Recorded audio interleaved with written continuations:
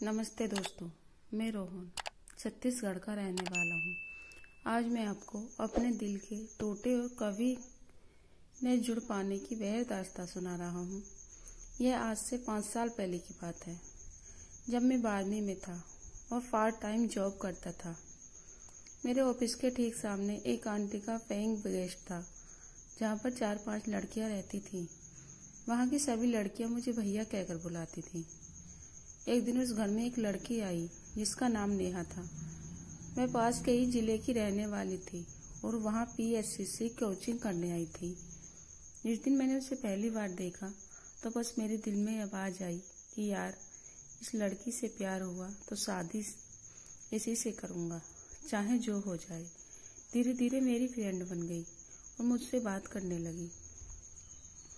यह बात उसकी फ्रेंड लोगों को मालूम लग गई कि वह किसी को पसंद करती है, लेकिन मेरे बारे में कोई जान नहीं पाया। वह धीरे धीरे हमारा प्यार बढ़ता चला गया और इसकी जानकारी मेरे घर वालों को हुई तो मैंने अपने घर वालों से नेहा को मिलवा दिया।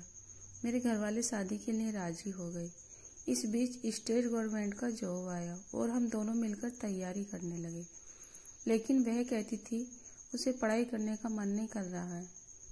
तो मैंने अपनी पढ़ाई छोड़कर उसकी तैयारी करने में जुट गया और उसका सिलेक्शन शिक्षा कर्मी में हो गया। लेकिन मैं अपने एग्जाम में फेल हो गया, जिसका मुझे दुख तो हुआ, लेकिन मैं खुश था कि उसका सिलेक्शन हो गया। 2 महीने बाद जब उसके जॉब की बात आई तो मैंने अपने कॉन्ट्रैक्ट से उसके पास के गांव में ड्यूटी लगा दी, जिसमें मुझे 30,000 रुपये देने पड़े।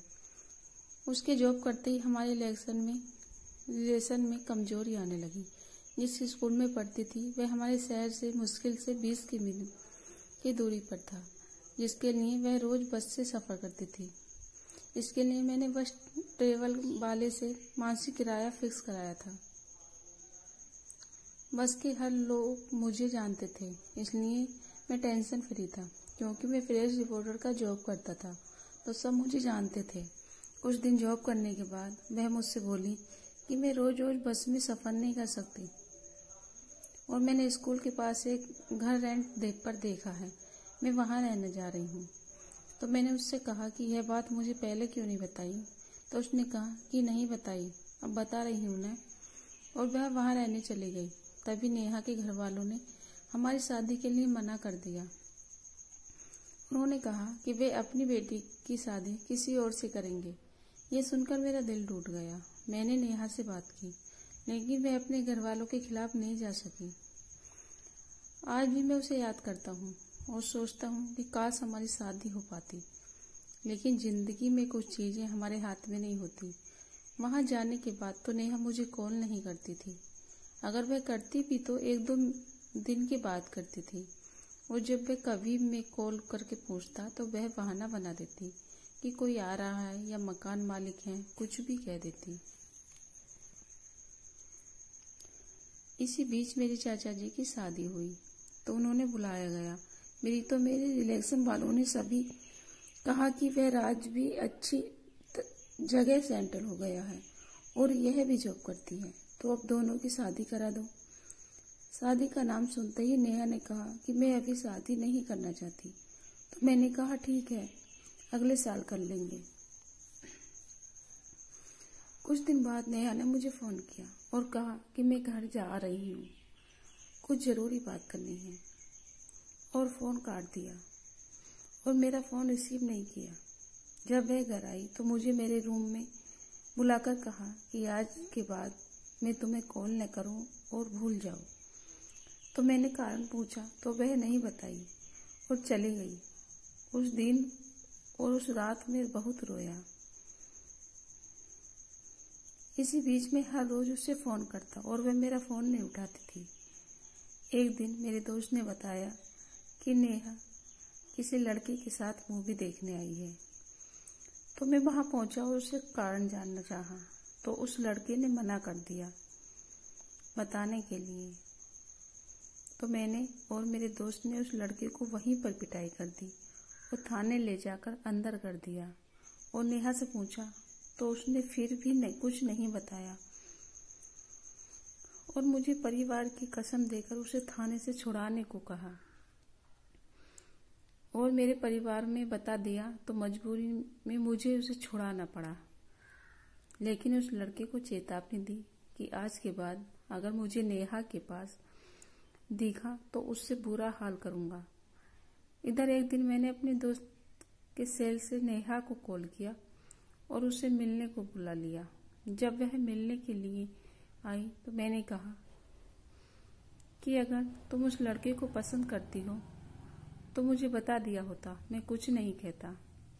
और अगर तुम उस लड़के को चाहती हो तो आज के बाद मैंने तुम्हें फोन करूंगा और नहीं मिलूंगा, कहकर वहां से चला गया।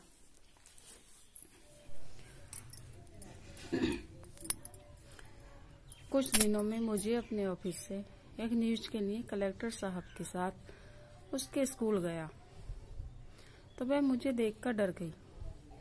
लेकिन मैंने उसकी तरफ न देखा और न ही उससे बात की। मगर उसके स्कूल का स्टाफ मुझे जानता था तो सभी लोगों ने मुझसे बात की। इसी बीच उसके स्कूल में एक फ्रेंड थी जो हम दोनों के बारे में जानती थी। उसने मुझे बात की और कहा कि मुझसे बात करनी है। तो मैंने उसे अपना नंबर दिया और कहा कभी भी फोन कर ले। जब उसने मुझे फोन किया तो मैंने पूछा कि आप कौन? तो उसने कहा कि मैं रूबी, नेहा की फ्रेंड। तो मैं अनजान बनकर बात नहीं करने की बात कहकर कॉल काट दिया।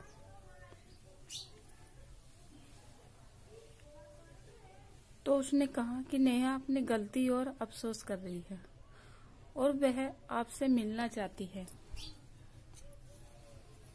तो मैंने कहा ठीक है, कहकर उसे रविवार को मिलने के लिए मॉल में बुलाया और मिलने के लिए गया। रविवार को जब नेहा और रूबी मुझसे मिलने के लिए आई तो नेहा मुझसे सॉरी कहकर रोने लगी और मेरे बिना नहीं जी पाने की बात कह रही थी। मैं उसके प्यार में इतना पागल था कि मैं नहीं जानता था कि वे मुझे मजाक करने के लिए और अपने काम निकालने के लिए दोबारा प्यार का नाटक करेगी। एक हफ्ते बाद नेहा ने मुझे बताया कि उसका ट्रांसफर किसी दूसरे जिले में किया जा रहा है। तो मैंने अपनी सेटिंग के बल पर उसका ट्रांसफर रुकवा दिया। इसी बीच मैंने नेहा से कहा कि अब हम शादी कर लेते हैं। तो उसने 1 महीने का समय मांगा और कहा कि उसके बाद शादी करेंगे। तो मैंने कहा ठीक है। 1 महीने तक हम दोनों की बातचीत होती रही। इसी बीच उसने 2 दिन अपने घर अपना सामान लेने की बात कह कर गई। उसके बाद जब वहां से वापस आई तो मैंने उसे फोन लगाया तो उसने पहले मेरा कॉल नहीं उठाया और फिर मैंने दोबारा कॉल लगाया तो उसने फोन उठाया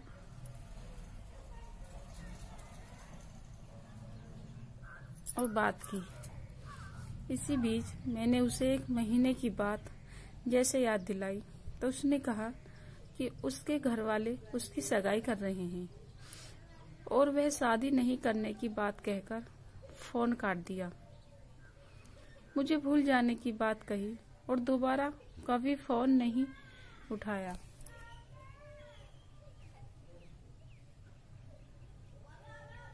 दोस्तों, उम्मीद करती हूँ कहानी आप लोगों को पसंद आई हो तो प्लीज़ वीडियो को लाइक शेयर कीजिए और हर रोज नई कहानी पढ़ने के लिए चैनल को सब्सक्राइब कीजिएगा। धन्यवाद।